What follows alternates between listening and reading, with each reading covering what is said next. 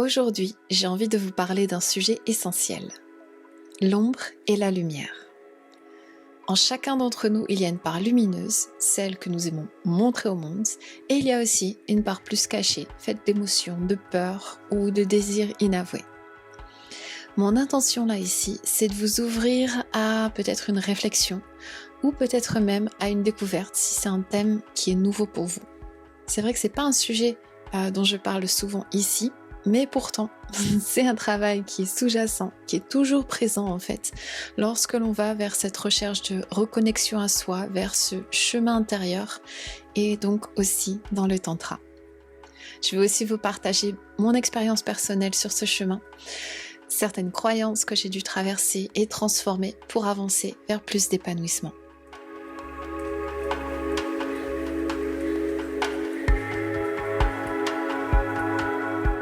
Si vous ne me connaissez pas encore, je suis Ishvari Mélanie. Je vous accompagne sur le chemin de la transformation vers une vie plus profonde, ancrée dans le cœur. Pour ça, je m'appuie sur les enseignements yogiques et tantriques, que ce soit sous la forme classique mais aussi moderne, néo-tantrique, et sur tout ce qui relie au corps, au souffle et au mouvement.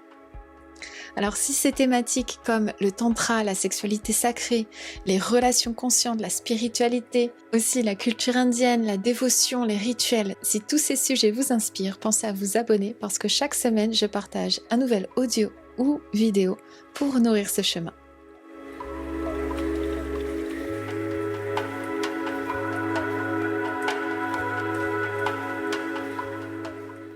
Le travail de l'ombre, c'est un travail central que l'on retrouve beaucoup dans le monde du dev perso, de la spiritualité, du néo-tantra de nos jours.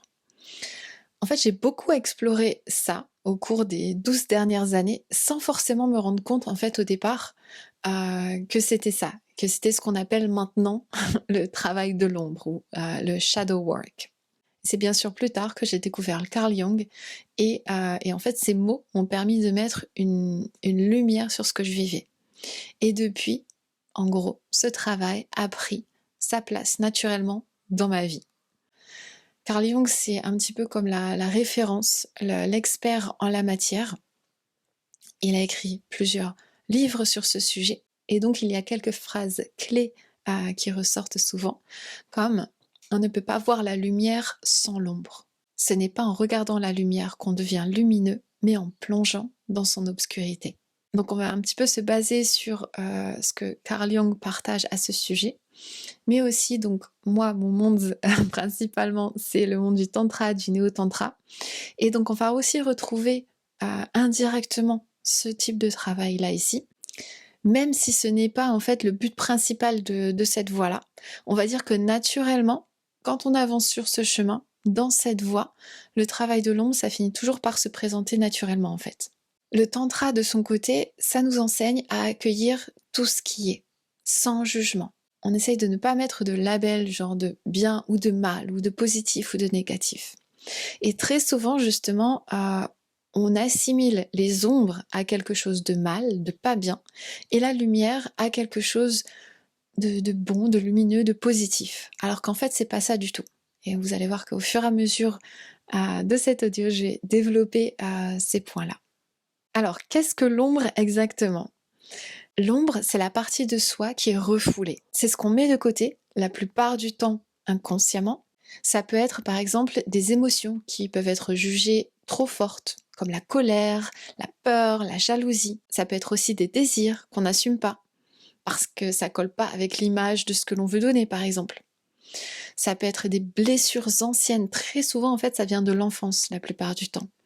Donc c'est des choses qu'on a mis sous silence pour pouvoir avancer. C'est la mise de côté de certaines personnalités, de certains traits de caractère, de croyances, de pensées. Ou sinon, par exemple, à un moment, on nous a dit que ça, c'était pas bien. Ça se fait pas. Ça, c'est pas convenable. Et donc, probablement, on ne sera pas aimé si on continue à faire ça, en fait. Donc, l'ombre, c'est un petit peu tout ce que on a rangé, tout ce qu'on a caché pour être aimé, pour être accepté ou tout simplement pour nous protéger. Explorer l'ombre, c'est se plonger dans les profondeurs de soi, comme si on entrait dans une cave, ou plutôt comme si on était une maison et que là on allait dans les fondations de notre maison. C'est pas facile, c'est sombre, c'est sous la terre, c'est sale, mais c'est là où se trouvent nos bases, nos racines, nos croyances, nos forces et aussi nos fragilités.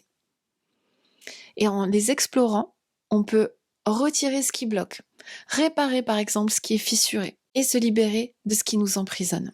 Donc de temps en temps, c'est bon d'aller explorer ces fondations pour voir si par exemple il faut peut-être retirer certaines choses qui bloquent, réparer des choses cassées, renforcer à certains endroits pour ne pas avoir une vie bancale, branlante et prête à se casser la figure en fait. La lumière, elle, c'est le moi qui est émergé, qui est visible, c'est ce que l'on montre au monde. Et donc c'est pour ça que ça ne veut pas dire que le sombre est mauvais et que la lumière est bonne. L'ombre, c'est juste les choses qui sont cachées et la lumière, c'est ce qui est visible. Donc on va retrouver nos ombres dans différents endroits et par exemple, ça peut être dans des réactions des fois disproportionnées. Il y a une petite remarque et là, on explose. Ou pour moi, par exemple, la plupart du temps, dans mon cas, c'était je me referme. Et bien sûr, du coup, je me sens rejetée. Des fois, en fait, elles apparaissent aussi dans certains jugements que l'on a envers les autres. Et je pense qu'on beaucoup on va pouvoir se retrouver là ici. C'est par exemple si on voit quelqu'un, il y a quelque chose qui nous agace chez cette personne-là, souvent, la plupart du temps, c'est parce qu'on n'a pas accepté cette partie-là de nous-mêmes.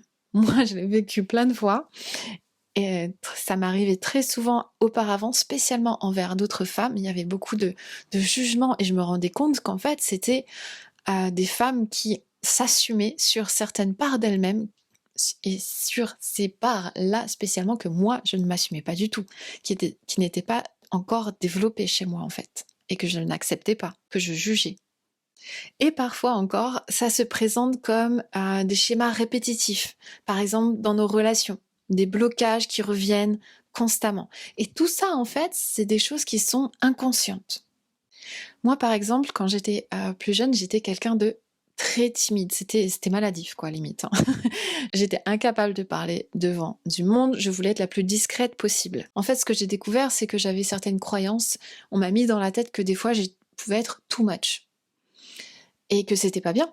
Et qu'il fallait pas montrer autant d'émotions, autant de sensibilité, par exemple, être aussi expressive. Et donc, du coup, pour être acceptée par la société ou ne pas être jugée et être toujours aimée, parce qu'il y a toujours cette recherche d'amour, en fait, qui est là à travers ça, être appréciée, être aimée par nos parents, par notre famille en premier, j'ai préféré, du coup, vivre cachée dans l'ombre parce que j'avais peur d'être jugée. Du coup, ça a fait que j'ai disparu un petit peu. J'assumais pas qui j'étais et ce qui se passait en moi, en fait. Je voulais passer inaperçue et j'ai réussi à passer inaperçue. Hein. Au collège, aux réunions parents-profs, par exemple, les profs se souvenaient pas que je faisais partie de leur cours, tellement j'étais discrète, tellement je ne parlais jamais, en fait. Et donc, bien sûr, tout ça, ça a amené que j'ai grandi en étant totalement déconnectée de mon corps, déconnectée de mes sensations, de mes émotions. J'ai dû, parce que je dérangeais quand je m'exprimais, j'ai dû me taire, j'ai dû ravaler mes pensées, ravaler mes émotions, mes joies, mes larmes. Et du coup, je suis devenue une personne, comme je dirais, flat, plate, en fait, sans haut ni bas, sans joie et en même temps sans vraiment de peine parce que en fait je voulais pas froisser les gens, je voulais pas déranger. Il y avait un côté neutre en fait qui s'était installé. Et donc le paradoxe là aussi ici, c'est que derrière chaque ombre, il va se cacher une force. Comme par exemple la colère. La colère, ça peut contenir la capacité de dire non. Non, il y en a marre, non, ça je ne veux pas.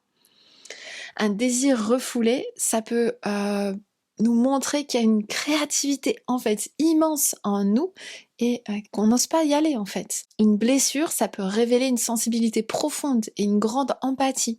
Donc si on va explorer ces ombres, c'est un petit peu comme si on entrait dans une grotte obscure et qu'à l'intérieur, on va y découvrir des joyaux cachés, brillants, lumineux. Et donc oui, bien sûr, il y a un lien entre l'ombre et la lumière. On ne peut pas aller voir juste la lumière. Si en gros tu bloques juste une partie de toi et tu ne t'autorises pas à aller voir ces parts d'ombre, Tu vas bloquer aussi l'énergie opposée, donc ta part de lumière qui correspond à cette ombre aussi. Donc si tu ne vas pas explorer tes peurs les plus profondes, tes insécurités, tes hontes, tu ne vas pas non plus être capable de ressentir et d'explorer, par exemple, la joie profonde, la beauté, la plénitude. Tu te forces à vivre un petit peu une vie qui est plutôt neutre, comme mon exemple personnel que je vous ai partagé donc juste avant. Car ça t'empêche de ressentir les choses désagréables, mais aussi du coup, tu vas te couper de sentir des choses agréables. Donc je pense que vous commencez à comprendre un petit peu pourquoi ce travail de l'ombre est en fait quelque chose d'important. C'est un travail qui fait peut-être un petit peu peur au départ. En fait, ce travail de l'ombre, c'est pas pour devenir quelqu'un d'autre. Au contraire, c'est essayer de redevenir entier ou entière et à arrêter de vivre juste par morceaux entre des façades et des parts cachées. Ce chemin, aussi inconfortable qu'il soit, il va nous ouvrir vers une liberté immense. Là, ici, on ne va plus être obligé de se cacher, on ne va plus être prisonnier, prisonnière de nos réactions ou des réactions des autres aussi. On va retrouver notre authenticité, notre puissance et on va reconnecter à notre vérité intérieure, cette chose qu'on n'arrive pas à atteindre tant qu'on reste dans le déni de certaines parts de nous, par exemple.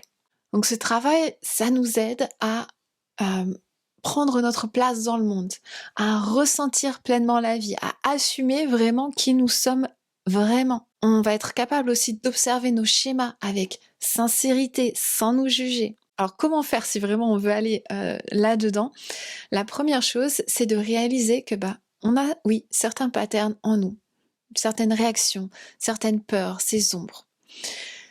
Quand on les réalise, on va amener de la conscience, on les conscientise, on va commencer à les comprendre. Et donc aussi, les choses que l'on comprend, ça va être moins chargé de peur, du coup.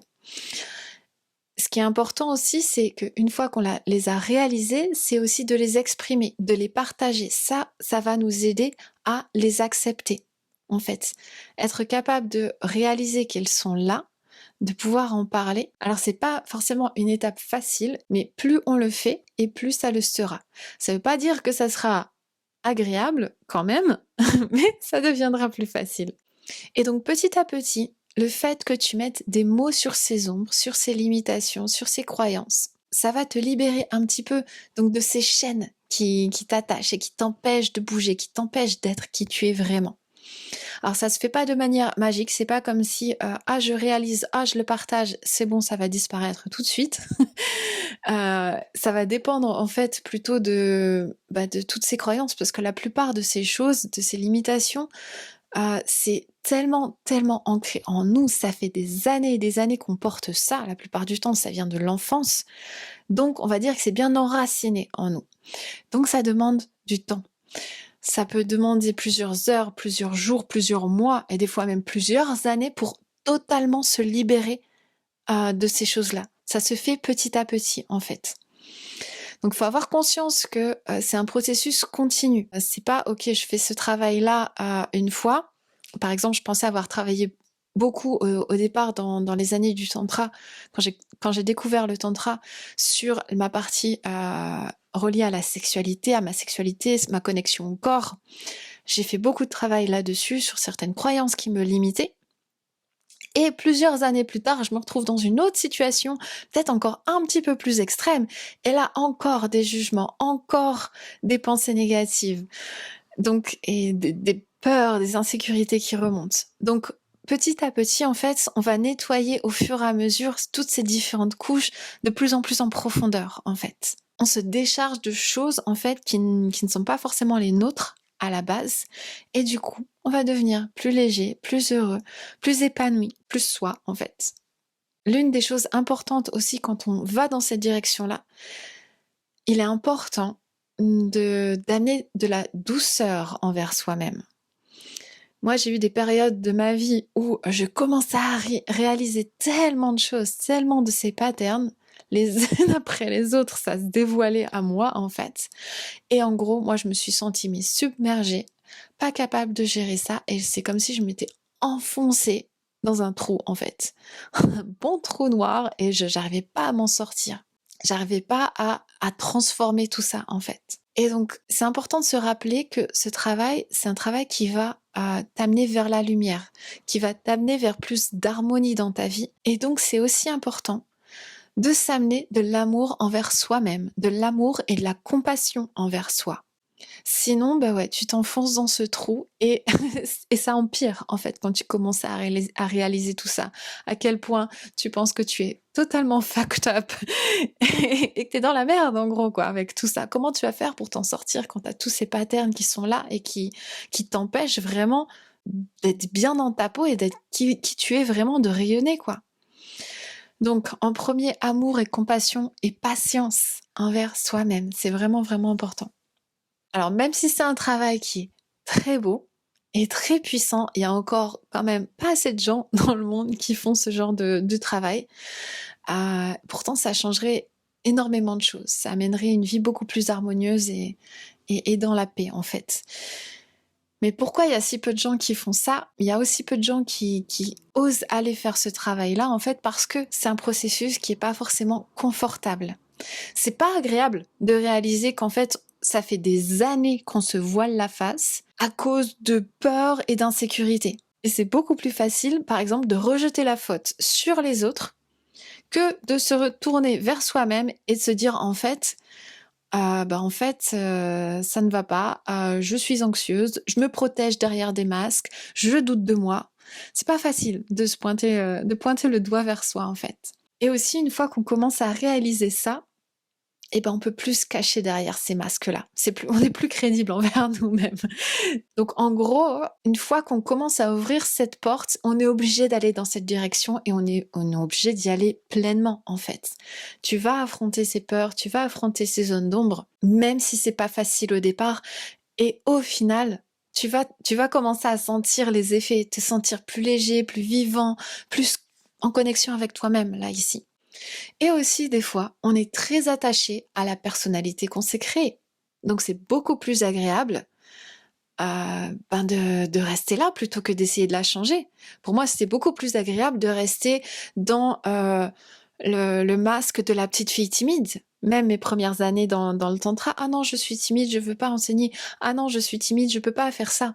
Je peux pas me positionner devant des gens, je peux pas donner mon opinion. Dans un sens, c'était vraiment cette protection qui était là. Mais en fait, j'avais des opinions et en fait, j'avais envie d'être vue par les gens. Donc voilà, c'est où est-ce qu'on va rechercher notre force pour pouvoir passer à travers ça. Et aussi, ça peut revenir à se rendre compte de tous ces mensonges que l'on se fait à soi-même. Toutes ces choses que on n'arrive pas à s'avouer aussi, du coup. Et à quel point ça affecte tout autour de nous. Enfin, ça nous affecte notre connexion à nous-mêmes, mais aussi toutes nos relations. On n'ose pas s'avouer certaines choses, du coup, ça affecte notre comportement envers notre famille, envers nos amis, avec notre partenaire, dans l'intimité aussi. Donc ce travail, c'est des fois un petit peu difficile de le réaliser seul. C'est bien d'avoir quelqu'un qui vous guide, une thérapeute par exemple, un groupe, un espace sécurisé, ça peut être vraiment précieux pour pouvoir aller explorer ces espaces-là. Et donc pour les personnes qui sont intéressées à aller vraiment dans ces recherches de soi, c'est aller explorer ces zones d'ombre et ces zones de lumière, il y a justement un programme que je partage, c'est la danse des déesses tantriques, où on vient justement explorer ces espaces-là, avec une connexion aux enseignements du tantra, cette fois plus du tantra classique, pas le néo-tantra connecté à la sexualité ou aux relations conscientes. La danse des déesses tantriques, c'est un programme qui est là pour justement être capable de se reconnecter un petit peu plus à soi et d'aller explorer ces zones d'ombre et de lumière. Et là, ici, on est accompagné par les Dasha Mahavidya, les 10 déesses de la sagesse. Et grâce à leur sagesse et leur part d'ombre et de lumière, c'est pas parce que c'est des déesses qu'il n'y a pas d'ombre. Très souvent, on pense déesse, c'est que lumière, mais en fait, non, ce n'est pas ça. Comme je vous l'ai dit, le tantra accueille l'ombre et la lumière. Il n'y a pas de bon et de mauvais. Mais justement, grâce à leurs enseignements, elles nous font grandir, elles nous aident à nous reconnecter à nous-mêmes. C'est vraiment un travail profond et puissant pour des femmes qui ont déjà cette curiosité, qui ont déjà fait un petit peu de travail sur elles-mêmes quand même. C'est ça sera plus facile d'intégrer et de se plonger dans ces enseignements-là. Concrètement, dans ce programme, on va avoir donc des lives réguliers, des rituels. Il y a aussi des contenus de vidéos préenregistrées. Il y a beaucoup de contenu en fait, avec bien sûr de la théorie sur chacune des déesses, sur ce qu'elles nous apportent, les histoires mythologiques. Il y a plusieurs méditations guidées, des visualisations, différents mantras pour nous aider à connecter à différents types d'énergie. L'utilisation de yantras, de mudras et bien sûr aussi la danse dévotionnelle. La danse dévotionnelle, c'est une danse inspirée de la danse classique indienne, inspirée principalement de l'Odissie, mais simplifiée pour que ce soit justement accessible à tous.